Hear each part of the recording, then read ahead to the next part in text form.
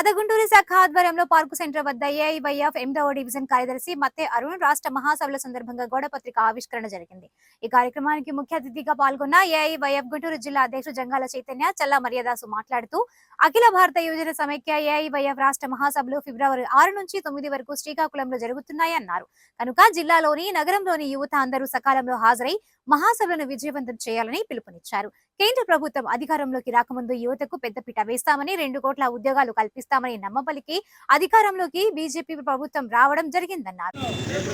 శ్రీకాకుళంలో జరిగే రాష్ట్ర మహాసభలను 6, 7, 8, 9 తారీఖులో రాష్ట్ర మహాసభలను, శ్రీకాకుళంలో జరిగే రాష్ట్ర మహాసభలను, 22వ రాష్ట్ర మహాసభలను, 22వ రాష్ట్ర మహాసభలను, శ్రీకాకుళంలో జరిగే యూత్ ఫెడరేషన్ రాష్ట్ర మహాసభలను, అఖిల భారత యువజన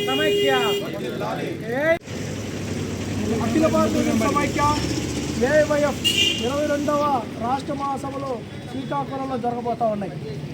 రాష్ట్ర మహాసభలో ఒక మూల ఉద్దేశం, కేంద్ర రాష్ట్ర ప్రభుత్వాలు ఏవైతే ఎన్నికల హామీలు పెట్టాయో కోటి ఉద్యోగాలు ఇస్తారని కేంద్ర ప్రభుత్వం చెప్తే, స్టేట్ గవర్నమెంట్ ఏమో ఇప్పుడు వచ్చిన కూటమి ప్రభుత్వం దాదాపు 2,60,000 ఉద్యోగాలు ఖాళీ ఉన్నాయి, ఎన్ని పెండింగ్లో ఉన్నాయి, మొత్తం భర్తీ చేస్తారు అధికారం రావడం జరిగింది.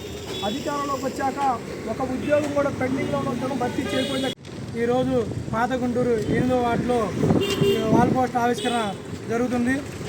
గుంటూరు నగరంలో ఎంతోమంది నిరుద్యోగులు ఉన్నారు.